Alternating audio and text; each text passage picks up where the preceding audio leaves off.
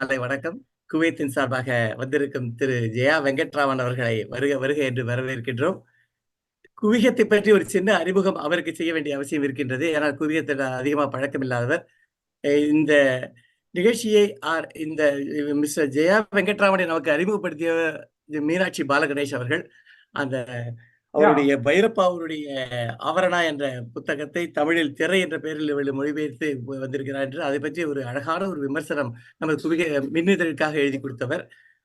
அப்பொழுதுதான் நமது ஜெயா வெங்கட்ராமன் நமக்கு அறிமுகமானார். ஒரு 3-4 மாதங்களுக்கு முன்னால் அவரை பற்றி தெரிந்து கொள்ள வேண்டும், அவருடன் எப்படியாவது உரையாட வேண்டும், அவரை நம்ம குவிகம் அளவலாவில் சேர்த்துக் கொள்ள வேண்டும் என்று நாம் விகாலமாக முயற்சி பண்ணி கொண்டிருந்தோம். நமது கிருபானந்தன் அவர்கள் அவருடைய எண்ணை கண்டுபிடித்து அவருடன் தொடர்பு கொண்டு அவரை இன்று இங்கே அழைத்து வந்திருக்கின்றார். குவிகத்தை பற்றி ஒரு சிறிய அறிமுகம் திரு ஜெயா வெங்கட்ராமன் அவர்களுக்கு. குவிகம் என்ற ஒரு அமைப்பு கிட்டத்தட்ட 10 ஆண்டுகளாக இருந்து வருகிறது.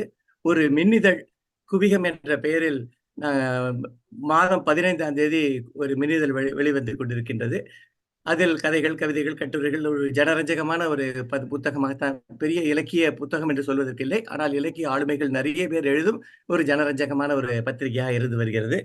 அதை தவிர நமது குறும்புதினம் என்ற ஒரு அமைப்பை ஒன்று ஏற்படுத்தி, அதாவது குறுநாவலுக்காக ஒரு அமைப்பை ஏற்படுத்தி மாதந்தோறும் ஒரு புத்தகத்தை 3 குறுநாவல்கள் கொண்ட ஒரு புத்தகத்தை பிரிண்ட் மீடியாவில் நாம் வெளியிட்டு கொண்டு வருகின்றோம். அதற்கு சப்ஸ்கிரைபர்ஸ் கிட்டத்தட்ட ஒரு 150 பேர் சப்ஸ்கிரைபர்ஸ் இருக்காங்க. அது அது ஒரு எங்களுடைய பங்களிப்பு என்று சொல்லலாம். 3வது மகாகவியின் மந்திர சொற்கள் என்ற வரிசையில் திரு வ.வே.சு அவர்கள் 3 ஆண்டுகளாக நமக்கு பாரதியை பற்றி நமக்கு பாரதியினுடைய பாடல்கள், அவருடைய சிறப்பு அம்சங்களை பற்றி எல்லாம் சொல்லிக் கொண்டு வருகின்றார். பாஞ்சாலி சபதம், கண்ணன் பாடல்கள், விநாயகர் நான்மணி மாலை, இப்பொழுது வேதாந்த பாடல்களில் நாம் ஈடுபட்டு கொண்டு வருகின்றோம். இது ஒரு தொடர் அல்லது ஒரு சுகானுபவம். அதை நாம் வ.வே.சு அவர்கள் மூலமாக பெற்றுக்கொண்டு வருகின்றோம். அதை தவிர அளவலாவல் என்ற பெயரில் நாம் ஒவ்வொரு வாரமும் ஞாயிற்றுக்கிழமை இந்திய நேரப்படி 6:30 மணிக்கு நாம் நண்பர்கள் சந்தித்து உரையாடி ஒரு பிரபலமான உங்களை போன்ற ஒரு பிரபலமானவரை அழைத்து பேச சொல்லுவோம், அல்லது எங்களுக்குள்ளேயே கலந்துரையாடல் வைத்துக் கொள்வோம், அல்லது ஏதாவது ஒரு குவிஸ் அல்லது ஏதாவது ஒரு திரைப்படங்களை பற்றி நகைச்சுவை, இப்படி ஒரு பலதரப்பட்ட ஒரு வித்தியாசமாக ஒவ்வொரு வாரமும் வித்தியாசமாக சில எண்ணங்களை நாங்கள் சேர்த்து தொகுத்து வழங்கி கொண்டு வருகின்றோம். அது மிகவும் மகிழ்ச்சியாக நம்ம குறிப்பிட்ட நண்பர்கள் தான். ஒரு 20 30 பேர் இருப்பாங்க நம்ம நண்பர்கள் வருபவர்கள். ஆனா அது ரொம்ப மகிழ்ச்சியா எல்லாரும் வருவாங்க. ஞாயிற்றுக்கிழமை முக்கியமான நேரம் சாயங்காலம் 6:30 மணி பீக் டைம் இருந்தாலும், இவங்களுக்கு இது ஒரு கமிட்மெண்ட் இங்க இருக்கிறது வந்து மிகவும் மகிழ்ச்சியாக இருக்கும். இதுதான் சார் எங்கள பத்தி இது. இன்னொன்னு முக்கியமானது என்னதுன்னா, குவிகம் பதிப்பகம். குவிகம் பதிப்பக சார்புல கிட்டத்தட்ட 200 புத்தகங்களை நண்பர்களுக்காக வெளியிட்டிருக்கிறோம். இது ஒரு அ வியாபார நோக்கத்தோடையோ அல்லது வணிக நோக்கத்தோடையோ செய்யப்பட்டது அல்ல. நண்பர்களுக்கு அவருடைய படைப்புகளை புத்தகங்களா கொண்டு யார் சார்? நண்பர்களுக்கு அவருடைய புத்தகங்களை இல்ல சார். இது பிரிண்ட் புக்காவே பிரிண்ட் பண்ணி தர்றோம். பிரிண்ட் புக்காவே பிரிண்ட் பண்ணி அவங்களுக்கு மினிமம் காப்பீஸ், அதாவது பிரிண்ட் ஆன் டிமாண்ட் மெத்தட்ல ஒரு அவங்களுக்கு எவ்வளவு 100 காப்பி வேணுமோ, 50 காப்பி வேணுமோ, இப்படி எத்தனை காப்பீஸ் வேணாலும் பிரிண்ட் பண்ணி தரலாம். அந்த ஒரு சேவையை செய்து கொண்டு ஆனா எங்களுக்கு மார்க்கெட்டிங் எங்களுக்கு கிடையாது. அதனால பிரிண்ட் பண்ணி அவங்களுக்கு குடுத்துருவோம். அவங்க யார் மூலமாகவும் மார்க்கெட்டிங் பண்ணலாம். பெரும்பாலும் நண்பர்கள் தங்களுடைய விருப்பத்துக்காக, தங்களது நண்பர்களுக்கு கொடுப்பதற்காகவே பண்ணுவது. சில புத்தகங்கள் மிகவும் 1000 புத்தகங்கள்லாம் போயிருக்கின்றன. மற்ற நிறைய புத்தகங்கள் 100, 200 அப்படி போயிட்டு இருக்கின்றன. ஆனா நாங்க வணிக வியாபாரமா அதை விற்பனை செய்வதில்லை. இதுதான் சார் எங்களுடைய குவியத்தை பத்தி ஒரு சின்ன அறிமுகம். இப்போ நான் ஜெயா வெங்கட்ராமனை பத்தி நமது நண்பர்களுக்கு ஒரு ஒரு விமர்சனம் செய்ய வேண்டும். ஒரு குறிப்பு சொல்ல வேண்டும். இவர் ஒரு பெரிய யாரோ பேசிட்டு இருக்காங்க. அவங்க மியூட் பண்ணிடலாம். ஓகே. திரு ஜெயா வெங்கட்ராமன் அவர் குவியத்தில் நிறைய நண்பர்கள் அனைவரும் சேர்ந்து செய்யக்கூடிய வேலைகளை அவர் ஒருவராக தனியாகவே செய்திருக்கின்றார். இவரது இயற்பெயர் திரு வெங்கட்ராமன். இவர் ஏற்கனவே சமீபத்தில் சொன்னதை போல இளஞ்செழியன் என்ற பெயரிலே அவர் புனைப்பெயர். ஜெயா வெங்கட்ராமன் என்பதும் அவருடைய புனைப்பெயர். அது அந்த பெயரில் அவர் நிறைய எழுதியிருக்கின்றார். இவரது படைப்புகள் தீபம், கலைமகள், கண்ணதாசன், கணையாழி உட்பட்ட நிறைய தமிழ் இலக்கிய இதழ்களில் வந்திருக்கின்றன. இவரது நூல்கள் எண்ணற்ற நூல்கள், அதில் நாடகம், சிறுகதை தொகுப்பு, திருக்கோயில்கள் வரலாறு, மொழிபெயர்ப்பு என்று கிட்டத்தட்ட 40-50 புத்தகத்திற்கு மேல் இவர் படைத்திருக்கின்றார். அவற்றை பற்றிய சிறிய ஒரு குயிக் ரீடிங் நான் சொல்லிக் கொண்டு வருகிறேன். சுயம்வரம் என்ற ஒரு நாடகம், விலை என்ற ஒரு சிறுகதை தொகுப்பு, தாயாகி வந்த தவம், ஒரு பரிசு பெற்ற சிறுகதைகளே ஒரு புத்தகமாக போட்டிருக்கின்றார். திருக்கோயில்கள் வரலாறு மகிமையும் என்ற ஒரு புத்தகம், கர்நாடக கோயில்கள் பற்றிய கட்டுரைகள், கண்கவரும் கலை கோயில்கள் என்ற ஒரு கோவில்களை பற்றிய ஒரு தனி சீரீஸ் பண்ணியிருக்காரு. இவர் ஜெயா வெங்கட்ராமன் சிறுகதைகள், ஞான வீடு விருது பெற்ற கன்னட இலக்கியவாதிகள் அவரை பற்றிய கட்டுரைகள், இவரது நேர்காணல்கள், இந்திய அமெரிக்க திருக்கோயில்கள், இவருடைய குறுநாவல் அந்த 30 மணி நேரங்கள் என்ற ஒரு குறுநாவல். திரை என்பது அதுதான் அவரை எங்களுக்கு அறிமுகப்படுத்தியது. எஸ்.எல். பைரப்பாவின் கன்னட நாவல் ஆவரணாவின் அப்படி என்ற புத்தகத்தை தமிழில் திரை என்ற பெயரில் மொழிபெயர்த்திருக்கின்றார். இது விஜயபாரதம் பதிப்பகத்தில் 3 பதிப்புகள் வந்து மிகவும் பாராட்டப்பட்ட ஒரு நாவல். அதற்கு பிறகு நாடகங்கள் இவர் நிறைய எழுதியிருக்கிறார். ஒரு ஆத்மாவின் மரணம் என்ற நாடகம் நாடக போட்டியில் பரிசு பெற்றவர். வேதாளம் சொன்ன கதை என்ற ஒரு நாடகம், பிணந்தின்னும் சாத்திரங்கள், சிகரங்கள் பொடியாகும், மறுவாழ்வு, தமிழ்நாடு சிறு சேமிப்புத்துறை நாடகப் போட்டியில் முதல் பரிசு வாங்கியவர். இவர் பெற்ற விருதுகள் பரிசுகளை பற்றி சொன்னால் இன்றைக்கு நானே பேசிக் கொண்டிருக்க வேண்டியிருக்கு, அந்த அளவுக்கு இருக்கின்றன. சிலவற்றை மட்டும் நான் இங்கே கோடிட்டு காட்டுகின்றேன். இலை என்ற சிறுகதை அமுத சுரபியில் முதல் பரிசு பெற்றது. இங்கேயும் மனிதர்கள் பரிசு பெற்ற கதை. பிளே ஸ்டேஷன் பெங்களூரு தமிழ்ச்சங்கம் போட்டியில் பரிசு பெற்ற கதை. பாரதிதாசன் விருது, இலக்கிய வீடம் கவிதை போட்டி விருது, சக்கரவர்த்தி ராஜேந்திர சோழன் முடிசூட்டு விழா விருது, பகைவடுக்கு அருள்வாய் நெஞ்சே என்ற ஒரு புத்தகம். அதற்கு பிறகு சிற்றிதழ் எழுத்துச் செம்மல் தமிழ் சிற்றர்கள் சங்கம் எழுதிய விருது, மீண்டும் திலகவதி இலக்கிய பீடம் சிறுகதை போட்டி விருது, அந்திமழை நூல் விமர்சன போட்டி விருது, பாரதி மணி விருது என்று பல விருதுகள் எழுதினாலும் இவர் தன்னை பற்றி சிறப்பாக சொல்வது தன்னுடைய மொழிபெயர்ப்புகள், அதிலும் குறிப்பாக கன்னட மொழியில் வந்த புத்தகங்களை தமிழுக்கு மொழி கொண்டு கொண்டிருக்கிறார். ஏற்கனவே சொன்னதை போல ஆவரணா தமிழில் திரை, சாத்தா தமிழிலும் அதே பெயரில் எழுதியிருக்கிறார். கவலு கவலு என்ற கதை தமிழ் பிளவு என்ற பெயர் கவலு. ஹம்பியின் சிதைவுகள். இவருடைய இன்னொரு சிறப்பு என்னவென்றால் இவர் கன்னடத்தில் பிரபலமான பைரப்பா, டாக்டர் யு.ஆர். அனந்தமூர்த்தி, சம்ஸ்கிருதம் திரைப்படம் எடுத்த ஜி.வி. ஐயர், சாகித்ய அகாடமி தலைவர் சந்திரசேகர கம்பார், கிரீஷ் கர்நாட் ஆகியோர்களை சந்தித்து நேர்காணல் கட்டுரைகள் நிறைய எழுதியிருக்கிறார். இவர் இன்றைக்கு நாம் கன்னட இலக்கிய ஆளுமைகள் பற்றி நம்முடன் உரையாட வந்திருக்கின்றார். இதை பற்றி பேசுவதற்கு இவரை விட சிறந்த நபர் நமக்கு கிடைப்பது மிகவும் அரிது. திரு ஜெயா வெங்கட்ராமன் அவர்களை ஒரு 40-45 நிமிடங்கள் சொல்லுங்கள் சார். பிறகு நாங்கள் உங்களிடம் உரையாடுவோம். ஒரு 10-15 நிமிடங்களுக்கு உரையாடுவோம். மொத்தமாக 1 மணி நேரத்தில் இந்த நிகழ்வு முடிவரும். இப்பொழுது ஜெயா வெங்கட்ராமன் அவர்களை தன்னுடைய உரையை துவக்கும்படி அன்புடன் உங்கள் சார்பாக கேட்டுக்கொள்கின்றேன். திரு ஜெயா வெங்கட்ராமன் சார். வணக்கம். இந்த குழுமத்தில் திரு வாவேசு அவர்களை தவிர மற்றவர்கள் எல்லோரும் எனக்கு புதியவர்கள். கிட்டத்தட்ட 40 வருடங்களுக்கு மேலாக அவரை தெரியும். சமீபத்தில் கூட அவருடைய ஒரு பாரதியை பற்றி என்னுடைய நண்பர் கர்னல் குமார் அவர்களுடைய புரோகிராமில் நான் கலந்து கொண்டேன். உங்களை எல்லோரும் சந்திப்பதை பற்றி எனக்கு மிக்க மகிழ்ச்சி. இனி முக்கியமாக சொல்ல வேண்டியது, சமீபத்தில் நான் சிவசங்கரியினுடைய விருது, இலக்கிய பீடம் அளித்த விருது நான் வாங்கியிருக்கிறேன் சென்ற மாதம். அது குறிப்பிடத்தக்க ஒரு செய்தியாக சொல்லிக்கொள்ள விரும்புகிறேன். இனி நாம்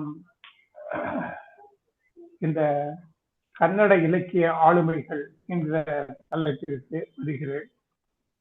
எனக்கு அதிகமாக மேடை பேச்சு எனக்கு வாய்ப்பு கொடுக்கவில்லை. காரணம், நாங்கள் சொல்வது போல நான் கர்நாடகத்தில் இருப்பதால் தமிழர்களால் தமிழ்நாட்டில் புறக்கணிக்கப்படுகிறேன். கர்நாடகத்தில் அவர்கள் என்னை தமிழன் என்று புறக்கணிக்கிறார்கள். இரண்டும் இல்லாமல் இரண்டங்கெட்ட நிலையில் நான் இருக்கிறேன். எனவேதான் என்னை பற்றி நான் அதிகமாக எதுவும் சொல்ல முடியவில்லை. எப்படியோ எழுதுகிறேன், அவ்வளவுதான். வேற ஒன்றும் அதை பற்றி அதிகமாக சொல்வதற்கு விரும்பவில்லை. கன்னடத்தின் மீது எனக்கு, கன்னடம் மட்டுமல்ல எல்லா மொழிகள் மீதுமே எனக்கு அபிமானம் உண்டு. நம்முடைய புகழை நாமே பாடிக்கொண்டிருக்காமல் பாரதி சொன்னது போல பிற நாட்டு சாஸ்திரங்களையும் தமிழ் மொழியில் கொண்டு வர வேண்டும் என்பது என்னுடைய விருப்பமாக இருந்தது. அதை தொடர்ந்துதான் இலக்கிய பீடத்தில் கடந்த ஒரு 7 வருடங்களாக ஒரு தொடர்கள் கட்டுரை எழுதி வருகிறேன். லியோ டால்ஸ்டாயிலிருந்து ஆரம்பித்து இப்ப சமீபத்தில் எல்லாருடைய சமஸ்கிருத காளிதாசனுடைய படைப்புகள் வரை எல்லாவற்றிலும் நான் எழுதி வருகிறேன். இனி கன்னட இலக்கிய ஆளுமைகள் என்ற தலைப்பில் வரும்பொழுது, கன்னடம் என்பது அவ்வளவு பழமையான மொழியாக, புகழ்பெற்ற மொழியாக சொல்ல முடியாது. கன்னட இலக்கியம் வளர்ச்சியே 9ஆம் நூற்றாண்டிலிருந்து தான் தொடங்கியது. 7வது நூற்றாண்டில் துரும்பாச்சாரியா என்பவர் எழுதிய சூடாமணி என்கிற புத்தகம் தான் முதலாக எழுதப்பட்ட கன்னட நூல். அந்த நூல் ஜைன மத கருத்துக்களை அடிப்படையாக கொண்டவை. அது அதன் பின்னர் சாமகுந்தாச்சாரிய என்பவர் எனும் தத்துவ ஞானி பிராரப்த என்ற ஒரு நூலை எழுதினார். 9வது நூற்றாண்டில் தண்டியின் காவிய தரிசனம் என்ற அடிப்படையாக கொண்ட கவிராஜ மார்க்கம் என்னும் நூல்தான் முழு அளவில் சிறந்த கன்னட முதல் இலக்கியம். அதுவரையிலும் வந்தவைகள் முழுக்க ஜைன மதத்தை அடிப்படையாக கொண்டவைதான். இதனால் இப்படியேதான் போயிருந்தது. 10வது நூற்றாண்டில் தான் மகாகவி பம்பா அவர்களினால் எழுதப்பட்ட ஆதிபுராணம் என்கிற நூல் வந்தது. ஆதிபுராணம் என்பது அரிகேசரி என்னும் சாளுக்கிய மன்னன் படைத்தளவாதிபதியாக இருந்த ஒரு பம்பா என்பவர் என்னும் ஒரு கவிஞர் ஜைன தத்துவத்தின் மீது ஈடுபாடு கொண்டவராக இருந்தார். அவரே முதலாம் தீர்த்தங்கரர் ஆதிநாதரின் வாழ்க்கை வரலாற்றை அடிப்படையாக கொண்டு எழுதிய புத்தகம்தான் இந்த நூல் ஆதிபுராணம் என்பது. அதற்கு பிறகு விக்ரமார்ஜுன விஜயம் என்பது 2 நூல்கள் 10வது நூற்றாண்டில் வெளிவந்தன. 10வது நூற்றாண்டிற்கு பின்னும் முன்பும் காவியத்தை காவிய காலம் என்று கூறுகிறார்கள் இலக்கிய ஆய்வாளர்கள், குறிப்பிடுகிறார்கள். இதற்கு பிறகு வீரசைவ பக்தி இலக்கியங்கள் தோன்றியது. வீரசைவ பக்தி இலக்கியம் என்னும் பொழுது கூடிய வரையிலும் பக்தி இலக்கியம் என்று கூறினாலும் கூட நிறைய இதை நாத்திகவாத கருத்துக்கள் என்று நான் சொல்ல முடியாது. அவர்கள் சிவனை தவிர வேறு யாரையும் தெய்வமாக மதிக்கவில்லை என்பது ஒரு குறியீடு. 10ஆம் நூற்றாண்டு பின்னமாக காலத்தில் காவிய காலம் என்று இலக்கிய ஆய்வாளர்கள். இதற்கு பிறகு வீரசைவத்தை பற்றிய பக்தி இலக்கியங்கள் தோன்றின. வீரசைவ வசன கவிதைகளாக வீரசைவர்கள் எழுதியது முழுக்க இலக்கண வரம்பிற்கு உட்படாத ஒரு கவிதைகளாக இருந்தன, வசன கவிதைகளாக. அவர் கவிதைகளை எழுதியவர்கள் எல்லாம் சரணர்கள் எனப்படுவோம். மாத்வாச்சாரியாருடைய தத்துவத்தை அடிப்படையாக வந்தவர்கள் எழுதிய நூல் தாசர்கள் என்றும் அழைக்கப்பட்டனர். இந்த வசன கவிதை இலக்கிய காலம் 15ஆம் நூற்றாண்டு வரை நீடித்தது. இந்த காலத்தில் தான் பசவண்ணர் 12ஆம் நூற்றாண்டில் பெரும் புரட்சியை ஏற்படுத்தினார். பசவண்ணரை பற்றி உங்களுக்கு எல்லாம் தெரிந்திருக்கும் என்று நினைக்கின்றேன். இருந்தாலும் அவரை பற்றி சொல்ல வேண்டியது என்னுடைய ஒரு தலையாய கடமையாகிறது. பசவண்ணர் கர்நாடக மாநிலத்தின் பீஜப்பூர் மாவட்டத்தில் இங்குவேசரர் பாகேவாடி என்னும் சிற்றூரில் வேதாந்த பண்டிதர் அந்தனர் மரபில் குதித்த மாதிராஜாவிற்கும் செல்வமும் கௌரவமும் நிறைந்த ஒரு சித்தாந்த வேதியரின் மகளான மாதலாம்பிகைக்கும் மகனாக பிறந்தார். 1900 இவர் பிறந்த வருடம் 1134ஆம் வருடம். அந்த காலத்தில் தாழ்த்தப்பட்ட கருதப்பட்ட மக்களுக்காக அவர்களுக்காக இழைக்கப்பட்ட தீங்குகளை உணர்ந்து அவர்களுக்காக போராடிய சமூக சீர்திருத்தவாதி. அப்பொழுதெல்லாம் இந்த திராவிடமோ அல்லது மற்ற பெரியாரிசமோ இதுவோ தலை தூக்காத 11ஆம் நூற்றாண்டிலேயே முதலாக இவர்கள் ஜாதிய அமைப்பிற்காக எதிர்த்து போராடினார்கள். அவர் சிறுவயதிலேயே புரட்சிகரமான கருத்துக்களையும் சிந்தனையுடன் உள்ளவராக விளங்கினார். அதிலே ஒரு கவிதையிலே சொல்கிறார், வீட்டின் உள்ளே நாய்கள், பூனைகள், காக்கை, குருவிகளும் எந்த விதமான தடையுமின்றி நடமாடி திரிகின்றன. ஆனால் மனிதர்கள் சிலரை மட்டும் வீட்டிற்குள், அதுவும் வீட்டிற்காக உழைப்பவர்களை உள்ள வரவிடாமல் தடுக்கிறார்கள் என்று வேதனைப்பட்டார். விறகு வெட்டுவன் வெளியில் நிற்கிறான், பால் கொடுப்பவனுக்கு உள்ளே வர அனுமதி இல்லை. வீடு கட்டியவர்கள் வேலை முடிந்து உள்ளே வர அனுமதி இல்லை. இது முறையோ என்று சாடினார். இதெல்லாம் அந்த காலத்தில் இருந்த முறைகளாக இருந்திருக்கும். இவையெல்லாம் மாறிவிட்டது. இருந்தாலும் கூட முதல் புரட்சி குரல் நல்ல இவர் பிராமணர் அந்தனர் குடும்பத்திலே பின்னர் இவரால் தான் தோற்றுவிக்கப்பட்டது வீரசைவங்கள். சீர்திருத்தங்களை பேச்சளவில் மட்டும் நிறுத்திக் கொள்ளாமல் அவர்களுடன் இரண்டர கலந்து உறவாடினார். தாழ்த்தப்பட்ட உறுப்பினரான டோக்கர கங்கையன், மாதர சென்னையன் இவர்களிடம்தான் நற்குணங்களை அறிந்து கொண்டேன் என்கிறார். இவர்கள் மடிவாள மாச்சையன் என்பவன் தொழிலெழுப்புவன், மாதையன் விறகு வெட்டி, சௌடையன் என்பவன் படகோட்டி, மேதர கோதையன் என்பவன் கூடையமுடைப்பவன், அரணப்பன் ஒரு செருப்பு தைப்பவன். இப்படி பலவிதமான மனிதர்களுடன் இவர் பழக்கம் வைத்துக் கொண்டு எல்லோருடன் ஒன்றாக உறவாடினார். 12ஆம் நூற்றாண்டில் கல்யாண நகரம் சாளுக்கிய பேரரசை கைப்பற்றி ஆட்சி புரிந்த ஜைன மன்னன் பிச்சலன் அரசவையில் இவர் கருவூல அதிகாரியாக பணியாற்றினார். அந்த பதவியில் இருந்த பொழுது இவருடைய கருத்துக்களையும் இவருடைய கருத்துக்களை பிடிக்காமல் இவருக்கு எதிர்ப்பாக ஒரு கூட்டமே வேலை செய்தது. அவர்கள் பிச்சலன் அரசவையில் சாதி கலவரங்கள் தலைவரித்து ஆடின நேரம் ஒரு பிராமண பெண்ணை ஒரு தாழ்ந்த வகுப்பினருக்கு திருமணம் செய்து வைத்து புரட்சியை செய்ய ஒரு அருவியக்கம் தோன்றியது. இதை முதலாக அவர் செய்த பொழுது ஏராளமான எதிர்ப்புகள் வந்தது. மதுவரசன் என்பவருடைய மகள், அவர் பிராமணன், அவருடைய மகள் அரசையன் என்பவனுடைய மகன் இருவருக்கும் திருமணம் செய்து வைத்தார்கள். இதை கண்டபோது பெரிய புரட்சியே ஏற்பட்டது. இந்த பெண்களை அந்த பெற்றோர்களை தெருவிலே இழுத்து வர செய்து கண்களை குருடாக்கி இழுத்து வர செய்தார்கள். பின்னால் இது உண்மையாக நடந்த சம்பவம். இந்த சம்பவத்தை அடிப்படையாக வைத்து காலஞ்சென்ற திரைப்பட நடிகர் அதை ஒரு நாடகமாக தலதண்டா என்கிற பெயரிலே ஒரு நாடகமாக, தலதண்டா தமிழிலே இது பலிபீடம் என்ற பெயரிலே வந்தது. இந்த நாடகத்தை கிரீஷ் கர்நாடு அவர்களை இயக்கி அவரே தயாரித்தார். இதன் பிறகு சங்கராந்தி என்னும் பெயரில் லங்கேஷ் இதை நாடகமாக எழுதினார். தமிழிலே இது பலிபீடம் என்கிற பெயரிலே வந்தது. இவருடைய கவிதைகள் எல்லாம் இலக்கண வரம்பிற்கு உட்படாததாக வசன கவிதைகளாக இருந்தன. மனமே கோவில், இதில் இறைவன் குடியிருக்கிறான், புற வழிபாட்டில் எந்த விதமான பலனும் இல்லை என்பதை உள்ளவன் உந்தன் ஆலயம் எழுப்புகின்றனர். நான் வறியவன் ஐயா, என் கால்களே தூண்கள், என் உடலே ஓங்கிய கோவில், தலையே தங்க கலசம், தாவரம் தனக்கோ அழிவு உண்டு, நிலையா மையருக்கு அழிவே இல்லை, நேர்மை கூடல சங்கமா. இவருடைய ஒவ்வொரு கவிதைகளையும் கூடல சங்கமா என்கிற ஈற்றடியிலே வைத்து இவர் கவிதைகள் எழுதி வந்தார். அதான் முன்பே சொன்னது போல இது எந்த இலக்கண வரம்பிற்கும் உட்படாது வெறும் வசன கவிதையாகவே இருந்தது.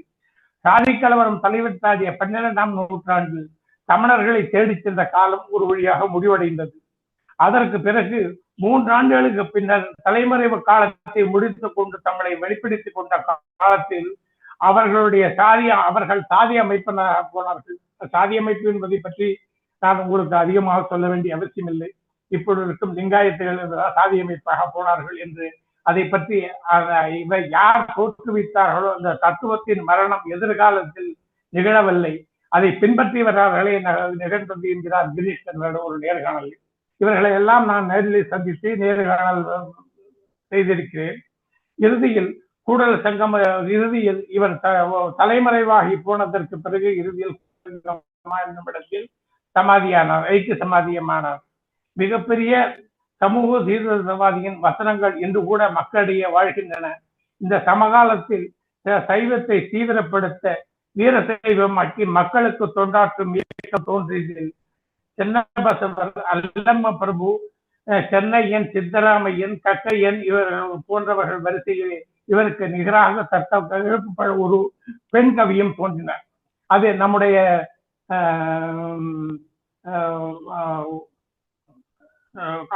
அவருடைய பெயர் அக்கமகாதேவி. இவருடைய சிவத்தொண்டிலே தன்னுடைய காரைக்கால் அம்மையாரை போல இவரும் தன்னுடைய சிவத்தொண்டிலேயே தன்னை சாதித்து வைத்தார். ஒரு மன்னன் ஷிமோகா உடுதடியில்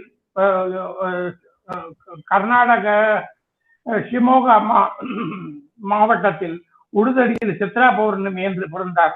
இது 11ஆம் நூற்றாண்டில் மிக சிறந்த அழகி கௌசிகன் என்ற ஜைன மன்னரை திருமணம் செய்து கொள்ள விரும்பினார். அதற்கு இவர் ஒப்புக்கொள்ளாமல், நீயும் சைவ மதத்திற்கு வருவதாக இருந்தால் நான் திருமணம் செய்து கொள்ளேன் என்பதாக கடைசியில் இவர் ஆடைகள் எல்லாவற்றையும் தொடர்ந்து திகம்பரியாகவே ஊர் முழுக்க சுற்றி தன்னுடைய கருத்துக்களை எல்லாம் சொன்னார்கள்.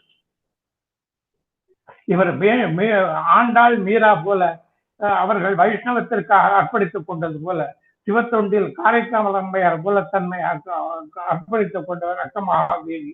கர்நாடகா ஷிமோகா மாவட்டம் உடுதடியில் சித்ரா பௌர்ணமியில் அவதரித்தவர்.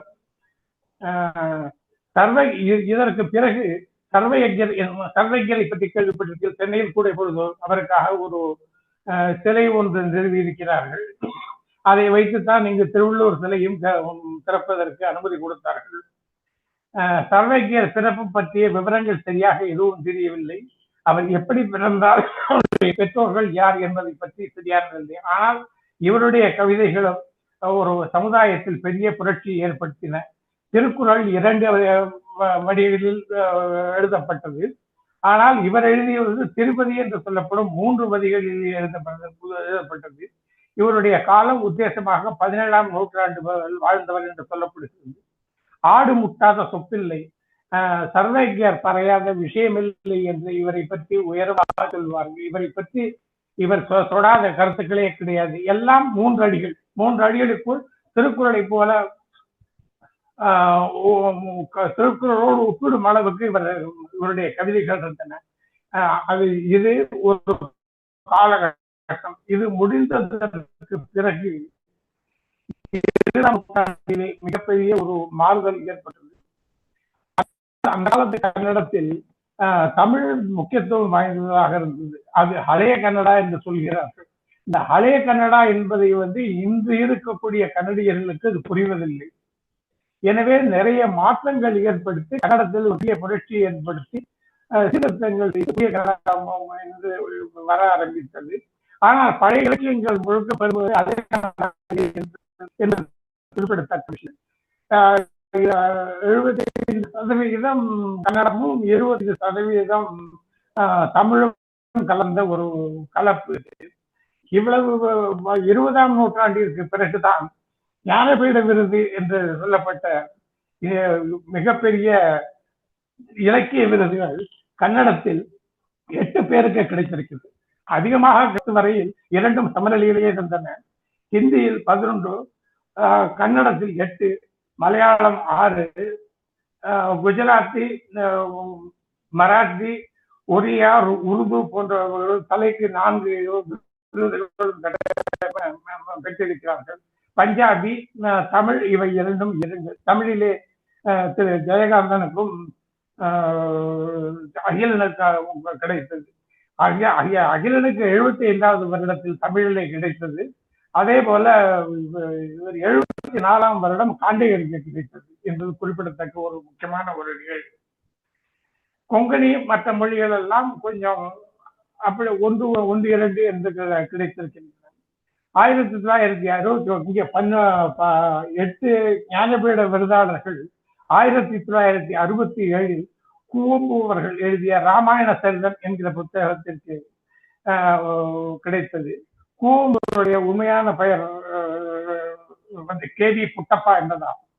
இது பெரும்பாலும் ஒரு முக்கியமான விஷயம் என்னவென்றால், ஞானபீட விருது பெற்றவர்கள் அல்லது இலக்கியவாதிகள் முழுக்க எல்லோருமே இந்த ஊரில் இருந்து பிறந்தவர்கள் தான் என்பது ஒரு குறிப்பிடத்தக்க விஷயம்.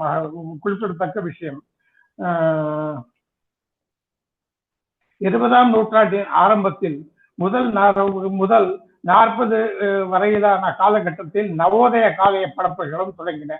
நவீன கவிதைகள் காலத்தில் தான் Panchamaheshwara Rao, H. Narayana Rao, H. C. Narasimhachar, Govinda Pai, Srikantaiah போன்ற கவிஞர்கள் முதல் தலைமுறை கவிஞர்கள் எல்லாம். இவர்கள் ஆரம்பத்தில் எழுதும் பொழுது ஆங்கில கவிதைகளையே மொழிபெயர்த்து தமிழிலே அவங்க கன்னடத்திலே எழுத ஆரம்பித்தார்கள். ஆங்கில கன்னடத்தில் மொழிபெயர்த்து முதலாக BM ஸ்ரீகண்டையா எழுதி வைத்தார். இந்த நூல் பெரிய ஒரு எழுச்சியையும் பரபரப்பையும் ஏற்படுத்தியது. முதலாக கன்னடத்தில் பரிசு பெற்றவர் கூவம்பு என்று சொன்னேன். 67 கிடைத்தது. 61 இந்த அமைப்பு ஆரம்பிக்கப்பட்டாலும் 65 தான் முதலாக பரிசு வழங்கப்பட்டது. ஆரம்பத்தில் 5 லட்சமாக இருந்தது. 2020 பிறகு 11 லட்சமாக அந்த விருது தொகை அதிகமானது. முதலாக ஞானபீட விருது பெற்றவர் சங்கரகுரு என்பவர் ஓடக்கூடல் என்கிற நூலுக்காக, மலையாள நூலுக்காக கிடைத்தது. 67 கூவம்புடைய ராமாயண தரிசனம் என்கிற நூலுக்கு கிடைத்தது. 73 தத்தாத்திரேய ராமச்சந்திர பேந்திரே என்பவர் எழுதிய நாக்கு தந்தி, அதாவது 4 தந்திகள் என்கிற, தந்தி என்றால் வீணையினுடைய தந்திகள், 4 தந்திகள் என்கிற கவிதை நூலுக்கும், 77 டாக்டர் சிவராம் காரந்த் அவர்களுடைய முக்கச்சியின் கனவுகள், அதாவது ஊமை கிழவியின் கனவுகள் என்கிற நூலுக்கும், 83 மாசி வெங்கடேச ஐயங்கார் எழுதிய சிக்க வீர ராஜேந்திரன் என்ற புக்குக்கும் நூலுக்கும், 90 கோகாக்கிற்கும், 97 டாக்டர் UR அனந்தமூர்த்தி அவர்களுக்கும் கிடைத்தது. அந்த 83 வரையில் கிடைத்தவரெல்லாம் நூல்களை குறிப்பிட்டு பரிசு கொடுத்தார்கள். பின்னால் அதை நூல்களை விட்டு அவருடைய இலக்கிய படைப்புகளை கணக்கில் எடுத்துக்கொண்டு பரிசுகள் கொடுத்தார்கள். அப்படி முதலாக வாங்கிய டாக்டர் UR அனந்தமூர்த்தியினுடைய நூல் சம்ஸ்காராவை பற்றி நான் அதிகமாக சொல்ல வேண்டியதில்லை. இருந்தாலும் அதை பின்னால் நான் அதை பற்றி சொல்ல விரும்புகிறேன். சம்ஸ்காராவை எழுதிய டாக்டர் UR அனந்தமூர்த்தி பிறவியிலே ஒரு பிராமணராக இருந்திருந்தாலும் கூட பிராமணர்களையே சாடுவதையே அவர் முக்கியமான குறிக்கோளாக கொண்டிருந்தார். அவரோடு ஒரு நேர்காணல் நடந்த பொழுது நான் கேட்டேன், நீங்கள் பிராமணர்களையே சாடுகிறீர்கள் என்று ஒரு கருத்து வருகிறது, அதுவும் குறிப்பாக சம்ஸ்காரா நாவலில் பிராமணரை பற்றி குறிப்பிட்டிருக்கிறார் என்று சொல்கின்றார். ஆனால் அதை நான் ஒப்புக்கொள்ள மாட்டேன். ஏனென்றால் அது இந்த கதாபாத்திரங்கள் தான் பிராமணர்களை தவிர அது பிராமணர்களுக்கு எந்த விதமான ஒரு இழிவை சொல்ல முறையிலே அமையவில்லை என்பது முக்கியமானது. அந்த பாத்திரங்கள் எல்லாம் பிராமணர்கள்.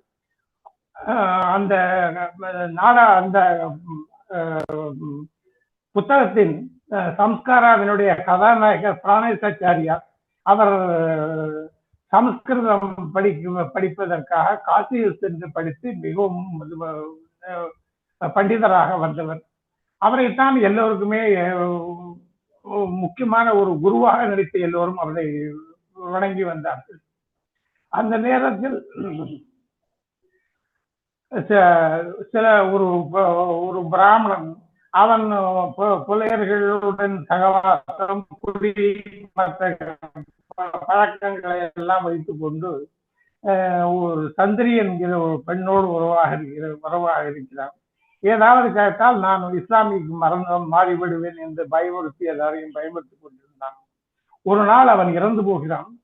இறந்து போனதற்கு பிறகு அவன் பிணத்தை தொடுவதற்கு யாருமே வருவதில்லை என்ற கதை நிகழ்கிறது.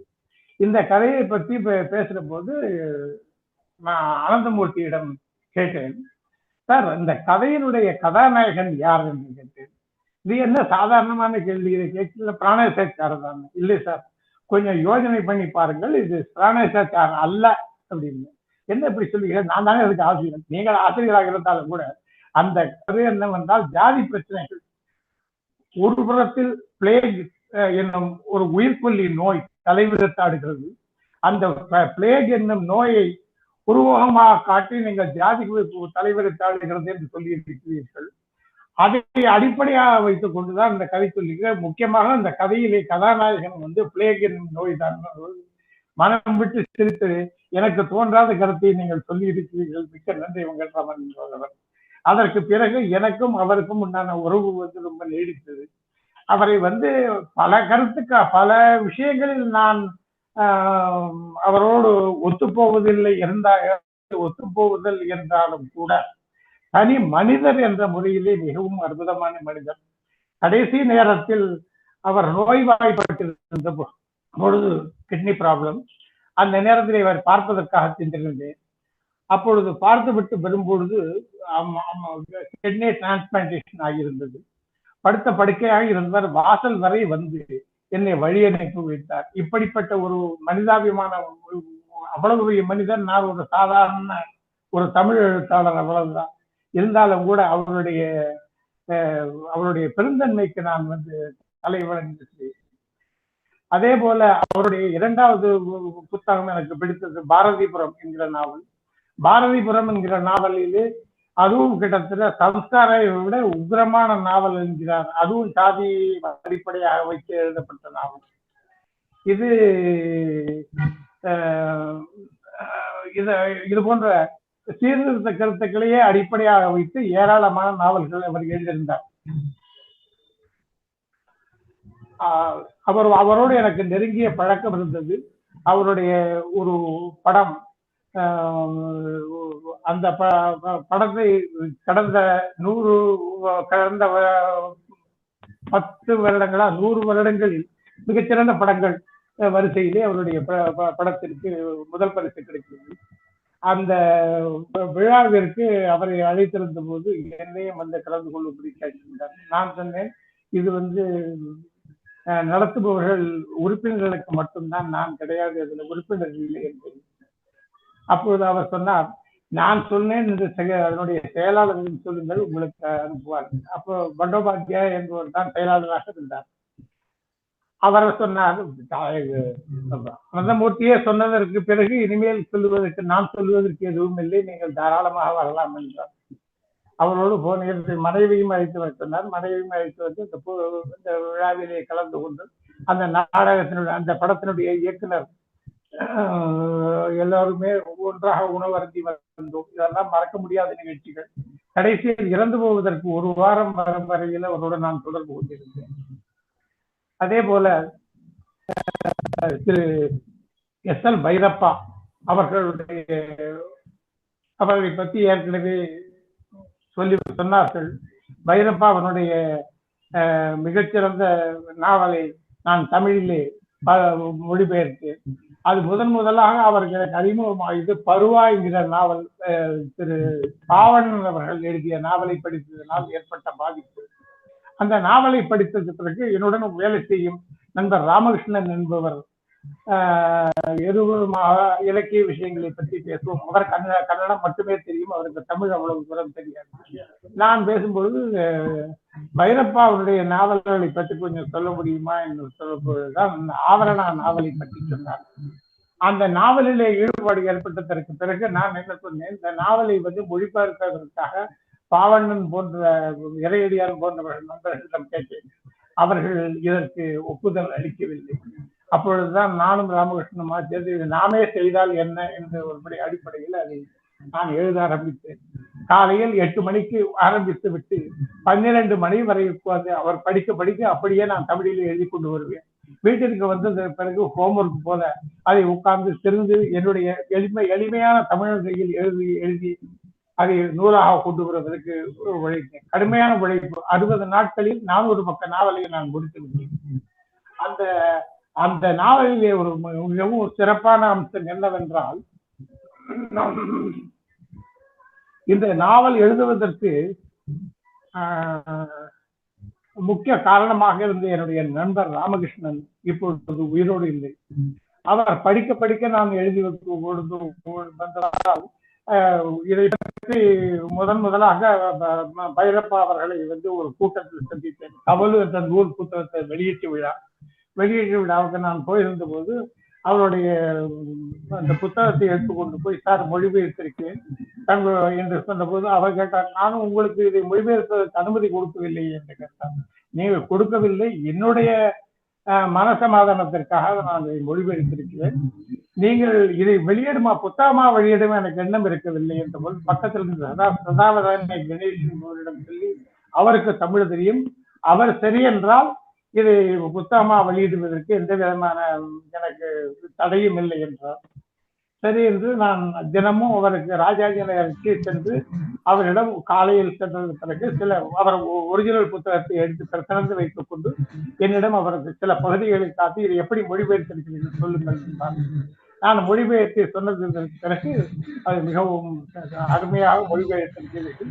நீங்க செய்த தொண்டு வந்து ஒரு பெரிய எண்ணெய் போல தமிழுக்கும் கன்னடத்திற்கும் ஒரு பாலமாக விளங்குகிறீர்கள் என்று அதை மிகப்பெரிய ஒரு விருதாக நான் கருதுகிறேன். அதே போல அது பின்னர் அது விஜயபாரதம் மூலமாக வெளிவந்தது, 3 பதிப்புகளை கண்டது. அது வேறு விஷயம். பின்னர் அவரை பைரப்பா அவர்களே எனக்கு சார்தா என்கிற நாவலை பற்றி எழுதினார். சார்தா என்பது வந்து வணிகர்கள் கூட்டம், கேரவான் என்ற ஆங்கிலத்திலே சொல்லலாம். ஊர் ஊராக சென்று ஒட்டகம், யானை, குதிரைகளிலே சென்று வியாபாரத்தை நடத்துவார்கள். அந்த வியாபாரத்தின் வழியிலே சந்திக்கும் ஒரு சந்திப்பிலே ஒரு டிராவலோகு மாதிரி ஒரு கதை அது. இந்த கதையிலே ஆதிசங்கரர் வருகிறார், மந்தன மிஸ்ரர் வருகிறார். இந்த போன்ற சரித்திர பாத்திரங்கள் அத்தனை பேரும் இந்த கதையிலே வருகிறார்கள். ஆனால் என்னுடைய கருத்து பிரகாரம் திரையை விட சார்த்தாதான் மிகச்சிறந்த நூல் என்பது என்னுடைய கருத்து. ஆனால் திரை பிரபலமான அளவுக்கு சார்த்தா வரவில்லை. அதன் பிறகு அவர் என்னிடம் சொன்னார், மிகவும் கஷ்டப்பட்டு நன்றாக செய்திருக்கிறீர்கள். இனிமேல் இந்த நாவல், இனிமேல் நீங்கள் புத்தகத்தை, என்னுடைய புத்தகங்கள் எதை மொழிபெயர்க்க வேண்டும் என்று வந்தாலும் என்னிடம் நீங்கள் அனுமதி கேட்க வேண்டிய அவசியமே இல்லை. நீங்களே அதை மொழிபெயர்த்து விடலாம், என்னுடைய அனுமதி தேவையில்லை என்று சொன்னார். இது ஒரு மிகப்பெரிய ஒரு அங்கீகாரம். அதன் பிறகுதான் இந்த கவலு என்கிற நாவலை நான் மொழிபெயர்த்தேன். கவலு என்கிற நாவலை மொழிபெயர்த்து 5 வருடங்கள் காத்திருந்தேன். காத்திருந்ததற்கு பிறகு யாருமே அதை வெளியில்லாத நேரத்தில் சுவாசம் பப்ளிகேஷன் அவர்தான் இப்பொழுது நூலாக வெளியிட்டிருக்க, கிட்டத்தட்ட ஒரு 6 மாதங்களுக்கு முன்புதான் வெளியிட்டிருக்கிறார் இந்த நூலை. அதுவும் ஒரு சமுதாய கண்ணோட்டத்தோடு எழுதப்பட்ட நாவல். பைரப்பாவனுடைய எழுத்துக்களுக்கும் பைரப்பாவிற்கும் அனந்தமூர்த்தி அவர்களுக்கும் கருத்தில் மட்டுமில்லை, பல வகைகளில் இருவருக்கும் ஒற்றுமை கிடையாது. பட் இருந்தாலும் நான் இருவர்களுக்குமே நண்பர்களாக இருந்தேன் என்பது குறிப்பிடத்தக்க விஷயம். ஆனா நான் அவரோட நண்பன் என்பது இவருக்கு தெரியாது, இவரோட நண்பன் என்பது அவருக்கும் தெரியாது. ஆனால் நான் இலக்கியம் என்ற கண்ணோட்டத்திலே ரசிக்கிறேனே தவிர எனக்கு அவருடைய கருத்து வேறுபாடுகள் பற்றி எனக்கு கவலை கிடையாது. அதே போல சிதானந்தமூர்த்தியினுடைய ஹம்பியின் அழிவுகள் இந்த புத்தகத்தை நான் தமிழிலே மொழிபெயர்த்து கொடுத்தேன். அதுவும் விஜயபாரதம் தான் வெளியிட்டிருந்தது. இதே போல சில கன்னட மொழிபெயர்ப்புகளை செய்திருந்தேன்.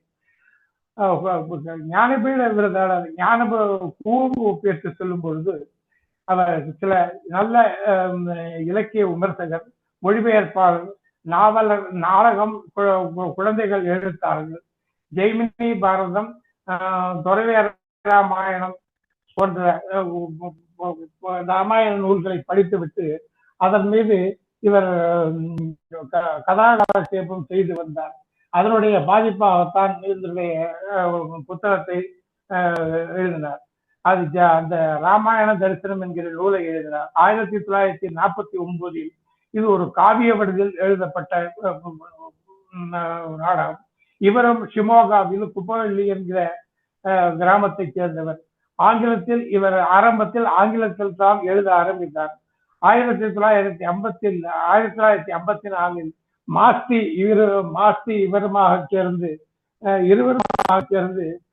ஒரு அருமையான ஒரு காவியத்தை எழுதினார்கள். அதன் பெயர் வந்து குமார வியாச பாரதம். இது A4 வடிவில் கிட்டத்தட்ட ஒரு 400 பக்கங்கள் உள்ள கனமான புத்தகத்தை கையில் எடுத்து படித்த பொழுது எனக்கு மெய் சிலிர்த்தது.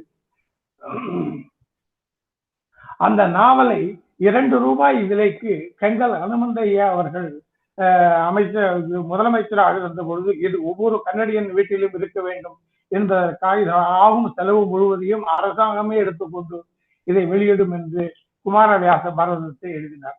அதே போல மாஸ்தி அவர்களை பற்றி சொல்லும் பொழுது இரண்டாவதாக பரிசு பெற்ற தத்தாத்திரேய ராமச்சந்திர பேந்தரே மிகவும் கஷ்டமான சூழ்நிலையில் வறுமையிலேயே வாடினார். இவருக்கு 9 குழந்தைகள் இருந்த பொழுது 6 இறந்து போனது வறுமையினால். கடைசியில் எஞ்சியது 3 மட்டுமே. இந்த நிலையில் சாப்பாட்டு இவர் ஒரு நூலை எழுத போக அந்த நூல் எழுதியதன் காரணமாக கடைசியில் இவரை சிறையிலே அடைக்கப்படுவதற்காக சாப்பாட்டிற்கு வழி இல்லாமல் மிகவும் கஷ்டப்பட்டார். அந்த நேரத்தில் நம்முடைய மாஸ்டர் வெங்கடேஷ் ஐயங்கார் இவருக்கு என்று ஒரு பத்திரிகை ஒன்று ஆரம்பித்து கொடுத்து அந்த பத்திரிகையுடைய ஆசிரியராக வைத்து இவருக்கு ஞானபீடம் விருது கிடைத்த பொழுது அந்த பணத்தை நலிந்த எழுத்தாளர்களின் நலனுக்காக அதை செலவிட்டார். அந்த நூலின் எழுதிய ஞானபீட விருது பெற்ற நாவலின் பெயர் சிக்கவீர ராஜேந்திரன் என்ற சரித்திர நாவல். அவருடைய அவர் பின்னர் ஒரு மேஜிஸ்ட்ரேட்டாகவும் அவர் பணிபுரிந்தார். ஒரு நேரத்தில் இவர் தீர்ப்பு செல்லும் பொழுது ஒரு ஏழை விவசாயி எப்பொழுது பார்த்து கொண்டிருந்தார். அவரிடம் கேட்டதற்கு பிறகு இவர் அந்த ஏழை விவசாயி சொன்னான், ஐயா நீங்கெல்லாம் என்னமோ சொல்றது ஆங்கிலத்துல நீங்க சொல்லிட்டீங்க, ஆனா அதெல்லாம் எங்களுக்கு புரியறது இல்லை, எங்களுக்கும் புரியுற மாதிரி இருந்தா பரவாயில்ல அப்படின்னு உடனே மாஸ்டர் என்ன பண்ணாரு, இந்த மாதிரி இது கன்னடத்துல வந்து ஜட்ஜ்மெண்ட்ல கொடுக்கும் அப்படிங்கிற ஒரு முறையை ஏற்படுத்தினாரு. அது மட்டும் இல்லாம அவர் ஒருத்தர் தான் கொஞ்சம் ஓரளவுக்கு கொஞ்சம் வசதியோடு இருந்தவர். மற்ற பேர்களுக்கெல்லாம் அவ்வளவு ஒன்றும் வசதிகள் எதுவும் இருக்கல. எல்லாம் இந்த இதுல மைசூர் சமஸ்தானத்துல வந்து சில வீடுகள்ல வந்து வார சாப்பாடுன்னு போடுவாங்க. ஒரு நாளைக்கு ஒரு வீடுங்கிற பட்சத்துல 7 நாளைக்கும் ஒரு வீட்டுல சாப்பாடு சாப்பிட்டு படிச்சு இது பண்ணாங்க. நம்ம பைரப்பா கூட அந்த மாதிரி தான். வறுமையே முழுக்க முழுக்க வறுமை. சிறு வயதிலேயே தாய் இறந்து விடுகிறாள். ஒருத்தி தான் ஜெய்மினி பாரதம் மற்ற ராமாயண கதைகளை எல்லாம் படித்து கூட வரகரைத்தபடியே கதையை சொல்லி ஒரு எழுத்தாளராக உதவியாக இருந்தவர்.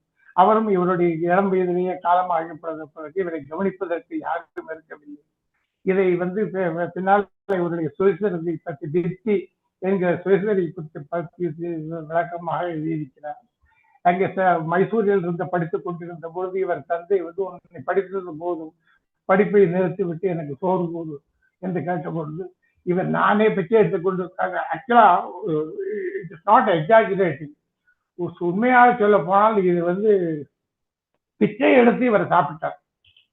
படிப்பு ஒன்னேதான் பிச்சை புகினும் கற்கை என்ற எங்க வரிகளுக்கு இணங்க பிச்சை எடுத்தாவது படிக்க வேண்டும் என்ற முறையிலே பைரப்பா அவர்கள் படித்து முடித்து பின்னால் ஒரு நல்ல ஒரு நிலைமைக்கு வரும் வரையில் அவருடைய நிலைமை வந்து கஷ்டமாகத்தான் இருந்தது. அது போல எல்லா எழுத்தாளர்களும் நம்முடைய சிக்கவீராஜன் ராஜேந்திரன் எழுதிய மாஸ்தி அவர்களை தவிர, மாஸ்தி கோகாக் இவர்களை தவிர ஈவன் அனந்தமூர்த்தி உள்பட கஷ்டமான சூழ்நிலையில இருந்துதான் படித்தார்கள், படித்து முன்னுக்கு வந்தார்கள். கிரீஷ்ணர்களுக்கு முதலாக ஞானபீட விருது கிடைத்த பொழுது இந்த மாதிரி ஞானபீட விருது கொடுக்கும் வழக்கம் நாடக கலைஞர்கள் இருக்கவில்லை. இருந்தாலும் அவருக்கு கொடுத்தார்கள். அதற்கு காரணம், அதுக்கு சொன்ன பொழுது கன்னடிகளுடைய மனப்பான்மையை நான் இங்கே குறிப்பிட விரும்புகின்றேன். ஓகே பிள்ளையா நம்மவருக்கு சிக்கிற என்று சொன்னார்களே தவிர அது தகுதி இல்லாதவனுக்கு கிடைத்து விட்டது என்கிற மாதிரி ஒப்புக்கொள்ளவில்லை. அதே நேரத்தில் ஜெயகாந்தனுக்கும் தமிழிலே கிடைத்த போது பலரும் பல மாதிரியாக பேசினார்கள். அந்த மாதிரியான மனப்பான்மை கன்னடிகளிடம் இல்லை என்பது ஒரு பெருமைப்படக்க விஷயம். கிடைத்தது நம்மவருக்கு கிடைத்தது என்பதிலே அவர் பெருமை அடைந்தார். பின்னர் அந்த வகையிலே கன்னட இலக்கியங்கள் வளர்வதற்கு மிகவும் முக்கியமாக இருந்தார்கள். அந்த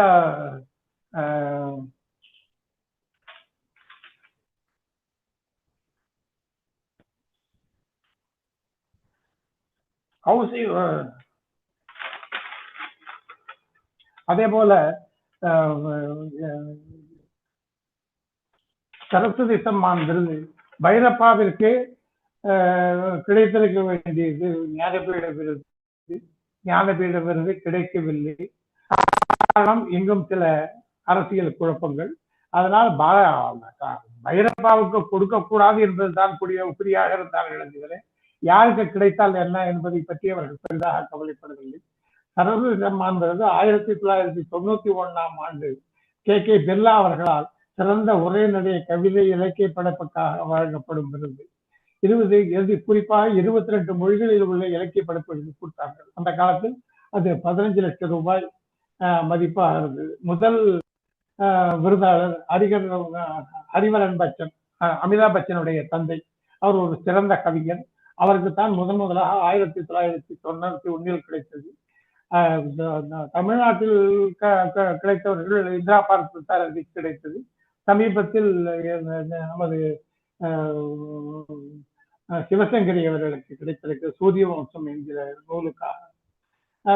விஜய் தெண்டுல்கர், பாலாமணி அம்மா, ஹரிபஜன் சிங், ராமானுஜருக்கு ராமானுஜர் என்ற நூலுக்காக இந்திரா பார்த்தசாரதிக்கும்,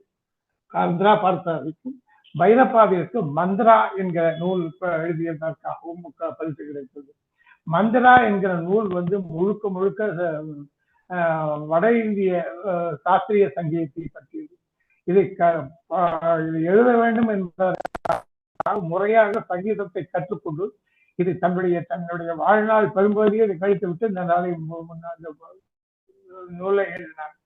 அதே போல இந்த திரை என்கிற நாவல் எழுதும் பொழுது இஸ்லாமியர்களை பற்றி வரும்பொழுது ஒரு இஸ்லாமிய குடும்பத்துடனேயே கிட்டத்தட்ட ஒரு 6 மாதங்களுக்கு மேல் அவர்களோடு தங்கி வாழ்ந்து அவருடைய பழக்க வழக்கங்கள் எல்லாவற்றையும் தெரிந்து கொண்டு அவர் அந்த நாவல் திரை என்கிற நாவலை எழுதினார்.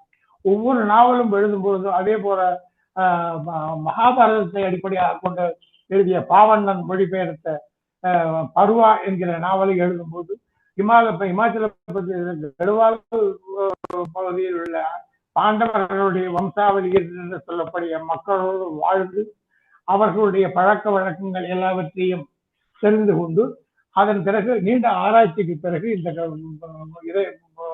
நாவலை எழுதினார். ஒவ்வொரு நாவலையும் எழுதும் பொழுது அதே போல சமீப காலத்தில் இவர் எழுதியிருக்கிற யானா என்பது ஒரு என்கிற புதியனம் வேறொரு கிரகத்திற்கு பயணம் செய்கிறார்கள். கிட்டத்தட்ட 6 மாதங்கள் பயணம் செய்து 6 வருடங்கள் பயணம் செய்துதான் அந்த இடத்தை அடைய முடியும். அதற்காக தேர்ந்தெடுக்கப்பட்ட ஒரு பெண்ணும் அது ஒரு ஆணும் 2 பேரை வைத்து அனுப்புகிறார்கள். இருவரும் கணவன் மனைவி இல்லை. கணவனுடைய சம்மதத்துடன் அந்த பெண் வேறொருவருடன் செல்கிறார். ஆனால் அங்கே செல்லும் பொழுது விண்வெளியிலேயே கருத்தரிப்பதற்காக செயற்கை கருத்தரிப்பு முறைகள் போன்றவற்றை எல்லாம் கையில எடுத்துக்கொண்டு வந்து கருத்தரித்து 2 குழந்தைகளுக்கு ஒரு பெண் ஒரு ஆண் 2 குழந்தைகளுக்கு அவர் தாயாகிறார்.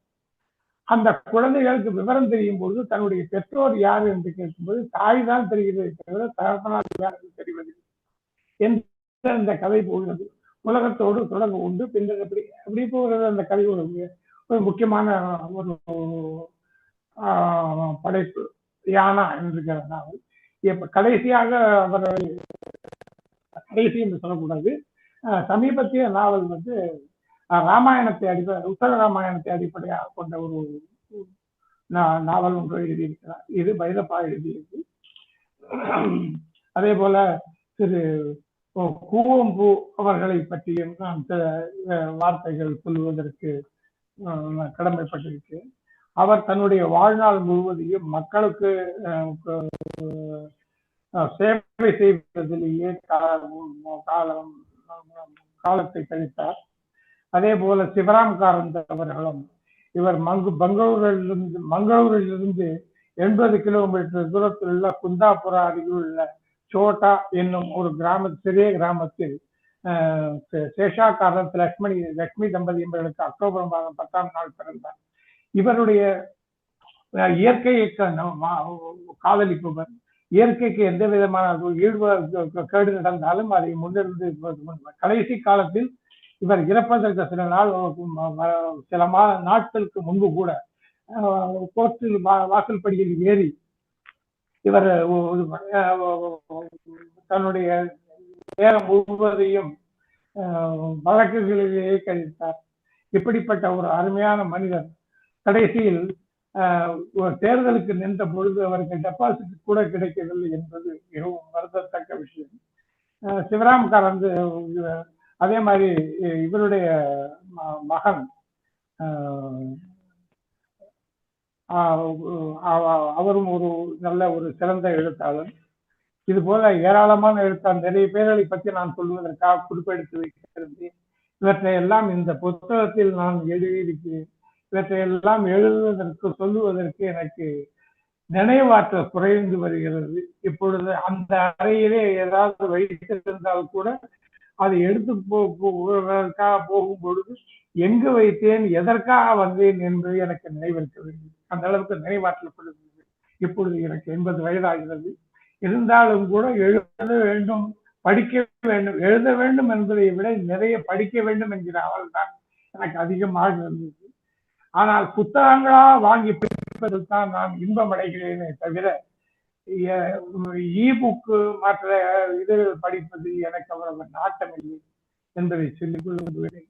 இந்த புத்தகத்தில் வந்து சரியான இப்பொழுது கூட சமீபத்தில் 2 ஒரு குறுநாவல் பரிசு பெற்ற குறுநாவல்களை எல்லாம் இணைத்து கிட்டத்தட்ட ஒரு 25 குறுநாவல்களை தேர்ந்தெடுத்து அதை 100ஆக வெளியிடுவித்த மணிவாசகர் பதிப்பதற்கு கொடுத்திருக்கு. அதே போல 12 ஜோதிர்லிங்கங்கள் பற்றியும் இன்னும் திருக்கோயில்களை பற்றிய கோயில்களை சேர்த்து அதையும் ஒரு புத்தகமாக கொடுத்திருக்கேன். வெளியில் வரலாம். அது படிப்பதற்கு பிறகு தங்களுடைய எல்லாருடைய கருத்துக்களையும் நான் வரவேற்கிறேன். அந்த அந்த புத்தகத்திற்கு சிறிது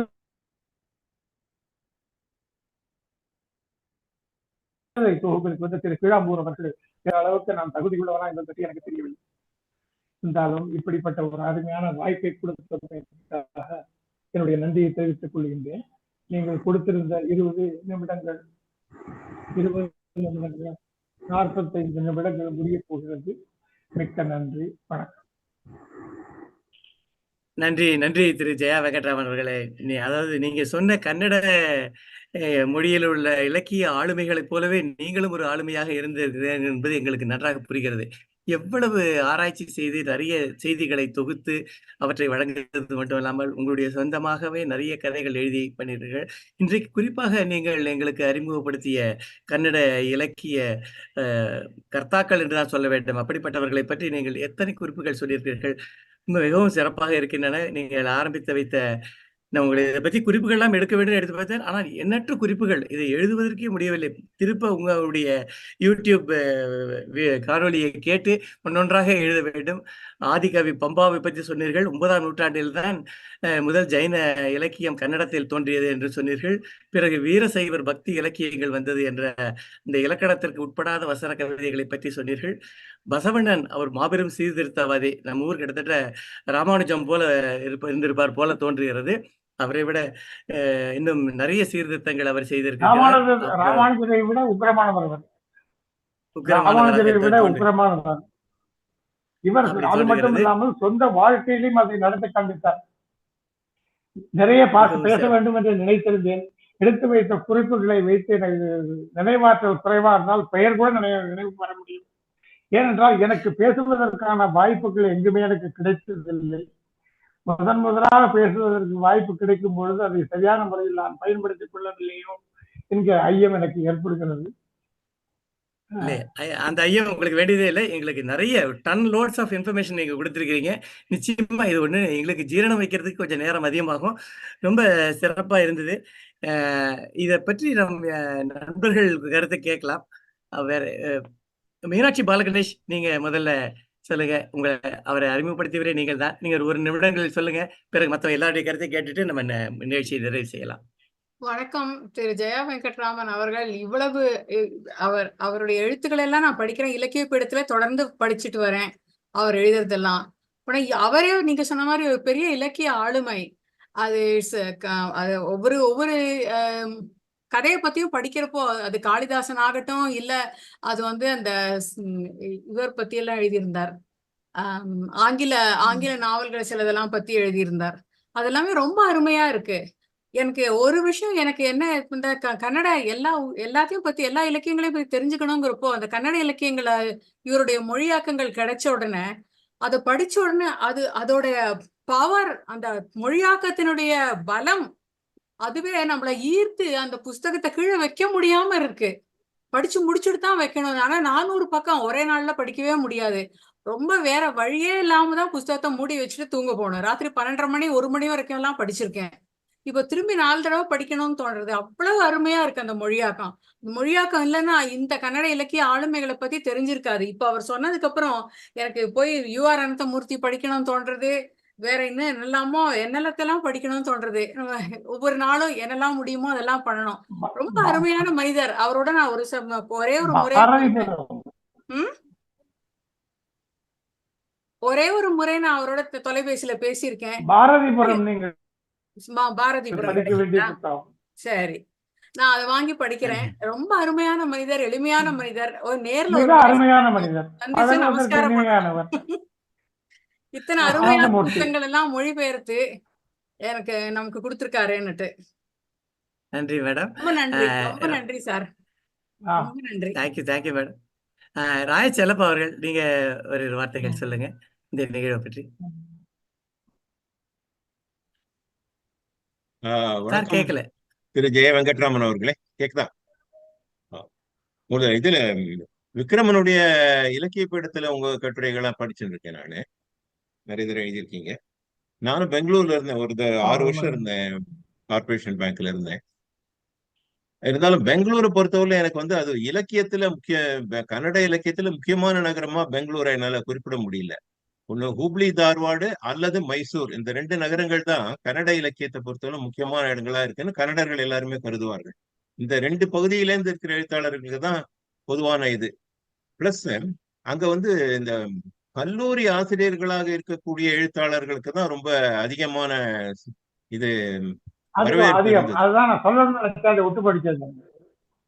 பைரப்பால இருந்து டாக்டர் அனந்தமூர்த்தி ஆக்ஸ்போர்ட் யூனிவர்சிட்டியினுடைய ஸ்காலர்ஷிப் வாங்கி அங்க போயிட்டு படிச்சுட்டு தான் வந்தாரு.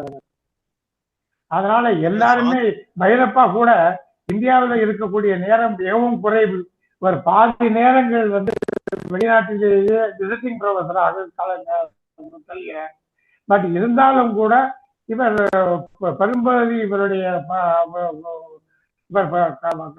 வேலை பார்க்கும் பேராசிரியராக வேலை பார்த்த காலத்தில் இவர் கல்லூரியில் வேலை செய்த காலங்கள் குஜராத்தில் தான் அதிகமாக வேலை செய்திருக்கிறார். அதுபோல எல்லாருமே வெளிநாட்டுக்கு அடிக்கடி வெளிநாடுகளா.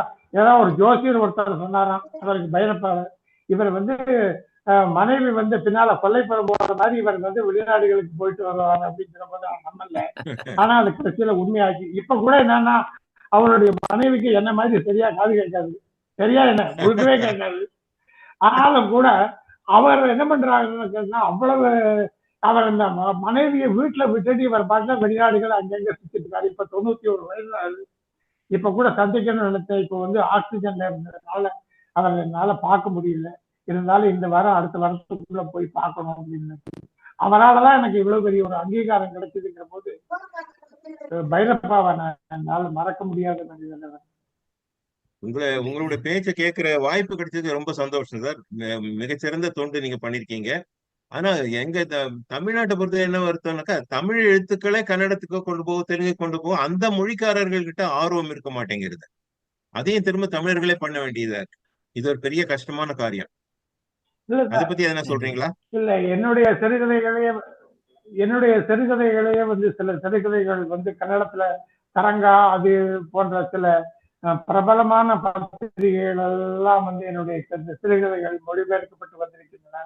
என்னுடைய சிறுகதைகள் ஹிந்தியிலும் டாக்டர் வாசவ தத்தா பாண்டே அவர்கள் டெல்லி யூனிவர்சிட்டியில் பேராசிரியராக இருந்தார், அவர் மொழிபெயர்த்திருக்கிறார். திரு சரஸ்வதி ராம்நாத் அவர்கள் இங்கேயும் மனிதர்கள் என்கிற நாவலை சிறுகதையை மொழிபெயர்த்து கொடுத்தார். அதெல்லாம் மறக்க முடியாது. கன்னடத்தில் நீங்க சொல்ற மாதிரி நம்மளும் செய்யணும், அவங்களும் செய்யணும். அது இல்லை அப்படிங்கிற போது கொஞ்சம் கஷ்டம் தான். எனக்கு மொழி வேறுபாடுங்கிறது ஒண்ணும் கிடையாது. எல்லா மொழியும் நான் ஒரே மாதிரியா தான் நான் கருதுனேன். ஈவன் கொங்கணியில கூட இந்த ஞானபீட விருதெல்லாம் வாங்கியிருக்காங்க. தமிழ்ல 2 பேர் தான் வாங்கியிருக்காங்கிறது மனதுக்கு சங்கடமா இருக்கு. நன்றி சார். நன்றி ராயச்செல்லப்பா அவர்களே. நிறைவாக இப்போது நேரம் அதிகமாகிவிட்டது. நமது வாபிஸ் அவர்கள் இந்த நிகழ்ச்சியை பற்றி ஒரு 3-4 நிமிடங்கள் சொல்லிவிட்டு இந்த நிகழ்ச்சியை நிறைவு செய்யலாம் சார். வணக்கம். எனது 40 ஆண்டுகளுக்கு மேலான நண்பர் ஜெய வெங்கட்ராமன் அவர்களே இன்றைய தினம் ரொம்ப மன நெகிழ்ச்சியோடு, நான் ஒரு பக்கம் அவர் பேசுறதை கேட்டு இன்னொரு பக்கம் அவரே பார்த்துருந்தேன். அவர் வீட்டுக்கு சென்றது, அவரோட பழகியது, அவர் குடும்பத்தாரு தெரியும். இவ்வளவு விஷயம் பண்ணியிருக்காரு. நாங்க 2 பேருமே பல விஷயங்கள்ல பிஸி ஆயிட்டோம். இடையிலே சந்தித்துக் கொள்ள முடியவில்லை. என்றாலும் இன்றைக்கு ஒரு மிக நிறைவான ஒரு பேச்சு. அதாவது இது வந்து ஒரு ஜன்னல் திறந்திருக்காரு. அந்த ஜன்னலை பூரா திறக்கிறதுக்கு நேரம் இல்ல. ஒரு சின்ன அப்படி அப்படி திறந்து காமிச்சிருக்காரு. எனக்கு வந்து குவெம்பு பத்தி நிறைய தெரியும். அது மாதிரி வந்து யுஆர் அனந்தமூர்த்தி, பைரப்பா சண்டையை பத்தி கேள்விப்பட்டிருக்கேன் நான். இந்த இந்த பிரச்சனை பத்தி எல்லாம் எங்களுக்கு தெரிய வந்தது. அது மாதிரி வந்து AK Ramanujam is another great. இதெல்லாம் நீங்க சொல்ல வேண்டாம்னு நான் நினைச்சேன். ஆமா, நீங்க அதுல அவரை சொல்லக்கூடியதும் இருக்கு, பிளஸ் மைனஸ் எல்லாம் இருக்கு. ஏன்னா அங்க இருக்கக்கூடிய இந்த புகழ்பெற்ற எல்லாமே இருக்கு. ஆமா, இவர்களுடைய பின்னணியை பார்க்கும்போது அதுக்கு காரணம் ஒருவேளை பேராசிரியர் பின்னணியோ என்று ஒரு பேராசிரியனாக இருந்த நானே நினைத்து பார்க்கிறேன். ஏன்னா அதுல ரொம்ப நிறைய நினைவு சொல்லி இருக்கு, நிறைய பேசுறது இருக்கு. ஆனாலும் அவர் பண்ண மாதிரி AK Ramanujam introduce to the west all சங்கம் லிட்ரேச்சர். அது மாதிரி இப்போ செல்லப்பா சார் சொன்ன மாதிரி பாரதியை ஏதாவது பாரதி போன்ற ஒரு ஒரு மாபெரும் கவிஞனை கன்னடத்துல எத்தனை பேர் மொழிபெயர்த்திருக்காள், பாரதியினுடைய தாக்கம் கன்னட லிட்ரேச்சர்ல எப்படி இருக்கு, இதை பற்றி நீங்க ஏதாவது ஒரு ஒரு எழுதணும். அதாவது இங்க இந்த இந்த வாட் ரிவர்ஸ் ஆஸ்மாசிஸ் இங்கிருந்து அந்த பக்கம் போயிருக்கிறத பத்தி ஏதாவது சொல்லணும். அதெல்லாம் நிறைய பேசுறதுக்கு நேரமாச்சு எங்களுடைய. சொல்லுங்க. ஹலோ, ஏதோ சொல்லணும், காதுல வேலை கேட்கல சார். ஒரு சின்ன குறுக்கீடுக்கு மன்னிக்கணும். பாரதியை பத்தி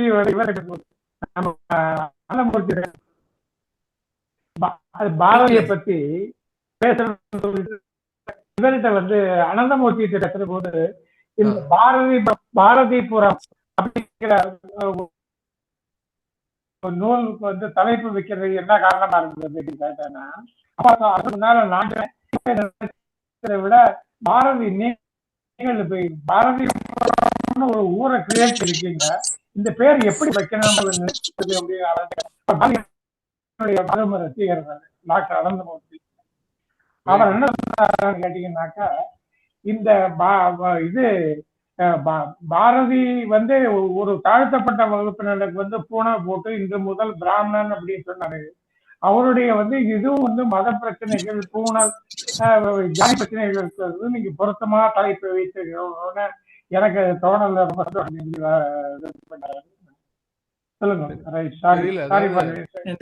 இல்ல, அதான் இது வந்து சம்ஸ்காரால நம்ம தமிழகத்தாளர்கள் நிறைய பேரை பத்தி சொன்னாங்க.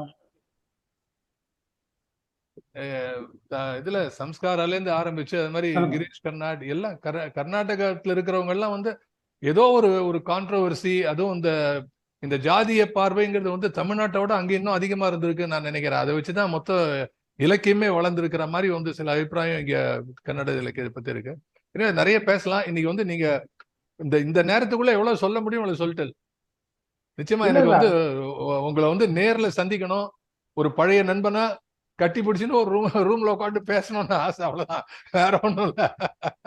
ரொம்ப மகிழ்ச்சி, வேற ஒண்ணும் சொல்றதுக்கு இல்லை. இன்னைக்கு நம்ம நேர்ல சந்திக்கணும் நிச்சயமா.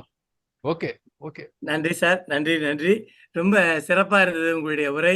குவியத்தின் சார்பாக வந்திருக்க நண்பர்கள் சார்பாக உங்களுக்கு எங்களுடைய நன்றி அறிதலை தெரிவித்துக் கொள்கிறோம். மீண்டும் உங்களுடைய உரையை திருப்பி நம்ம மறுபடியும் கேட்க வேண்டும். நிறைய சந்தர்ப்பங்களில் இவர் வாவேஸ் அவர்கள் சொன்னதைப் போல நீங்கள் 100 முறை நேரடியாக வந்த பொழுதோ உங்களிடமிருந்து நிறைய செய்திகள் நாங்கள் கிரகித்துக் கொள்ள வேண்டும் என்ற எங்களுக்கு ஒரு ஆசையும் ஆவலும் இப்போ அதிகமாக இருக்கு. குறிப்பாக கன்னட இலக்கிய பற்றி இந்த மாதிரி நம்ம ஏற்கனவே நண்பர் சகதேவன் ஒருவர் இதை அறிமுகப்படுத்தினார், கன்னட இலக்கியத்தை பற்றி தொட்டு காட்டினார். இப்போ நீங்க அதை இன்னும் நிறைய சொல்லியிருக்கிறீர்கள், மிகவும் மகிழ்ச்சியா இருக்கு. இன்னும் நிறைய நாம் தொடர்ந்து பயணிப்போம். உங்களுடைய கருத்துக்கள், உங்கள் புத்தகங்களை பற்றி எல்லாம் நாம் விமர்சனங்கள் சொல்வதிலே அதை பற்றியெல்லாம் நமது குவிகம் வட்டத்தில் நாம் பகிர்ந்து கொள்ளலாம். மிக்க மிக்க நன்றி சார். இப்பொழுது அடுத்த வாரம் நிகழ்வை பற்றி ஒரு வார்த்தை சொல்லிவிட்டு நாம் செல்லலாம்.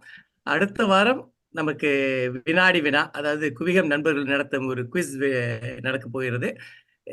ஜாலியாக இருக்கும். அது நண்பர்கள் அவருடைய பெரிய உலக அறிவை பற்றி தெரிந்து கொள்வதற்காக இல்லை, சின்ன சின்ன இலக்கியங்களை பற்றி நம்ம என்ன தெரிந்து கொள்கின்றோம், என்ன தெரிந்திருக்கின்றோம் என்பதை பற்றி நமக்குள்ளேயே ஒரு சின்ன போட்டி மாதிரி வைத்துக் கொள்ளலாம் என்றதுக்காக தான் ஒரு குவிஸ், ஒரு இலக்கிய குவிஸ் ஒன்று நடத்த இருக்கின்றோம். இந்த நிகழ்வு இத்துடன் நிறைவடைகிறது. மீண்டும் அடுத்த வாரம் சந்திப்போம். நன்றி ஜெயா வெங்கட்ராமன் அவர்களே.